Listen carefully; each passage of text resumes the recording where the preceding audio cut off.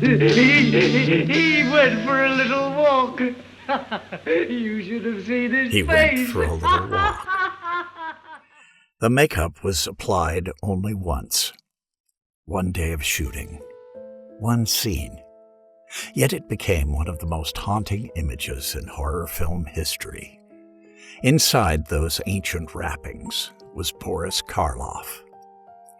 1932 had already been a big year for Karloff. Frankenstein, still playing in movie palaces across the world, was a hit that changed his life. I thought, maybe for once I'll know where my breakfast is coming from, after more than 20 years of acting.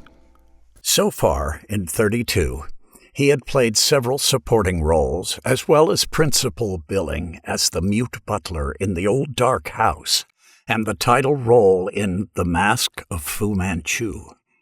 However, the transformation into the mummy was even more punishing. Makeup artist Jack Pierce, whom Karloff called the best makeup man in the world, soaked the bandages in collodion, ether, and alcohol, then left them to bake in the California sun.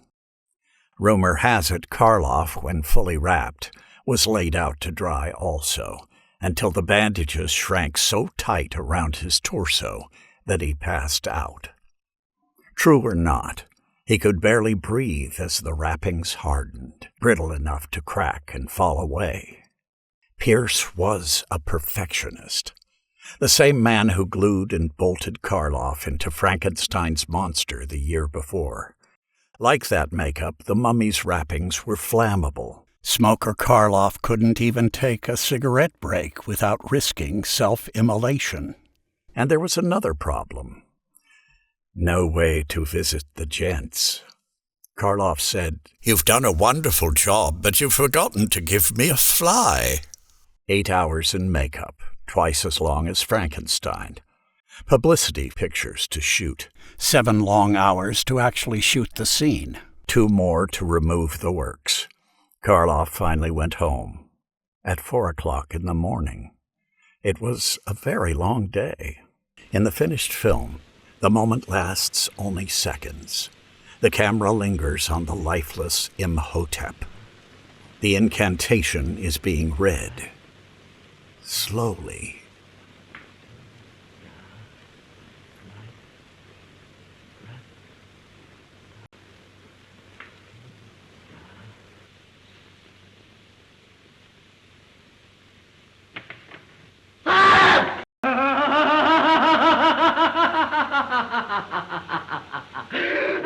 Later, as the mysterious Ardath Bey, Karloff wore lighter makeup, only 4 hours a day to apply. But watch how he moves, every gesture stiff and fragile, as if his skin might crack and crumble away. Only in flashbacks do we see Imhotep as the mortal he once was, 3,700 years before in ancient Egypt. During those brief sequences, Karloff, with ordinary makeup, was finally allowed a smoke. Despite the ordeal, Karloff was grateful. He said, "I think this will be the most marvelous thing." The Mummy was the first film to place Karloff's name above the title.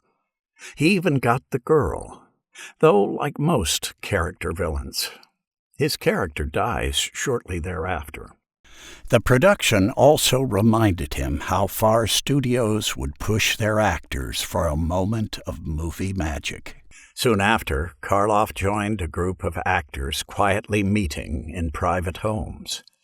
They would go on to form a union, the Screen Actors Guild, to protect others from the same kinds of treatment. Boris Karloff's final SAG card number? Of course. 13. Many publicity stills were taken of the original makeup, some promising what the movie never showed.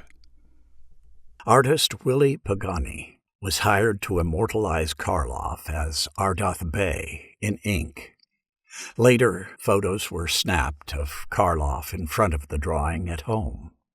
His expression, and wearing his cricket whites with his cricket blazer, suggest Karloff would rather have been at a match of his favorite sport rather than posing in front of a silly picture. Karloff didn't usually surround himself with his own publicity, and didn't leave the picture on his wall very long.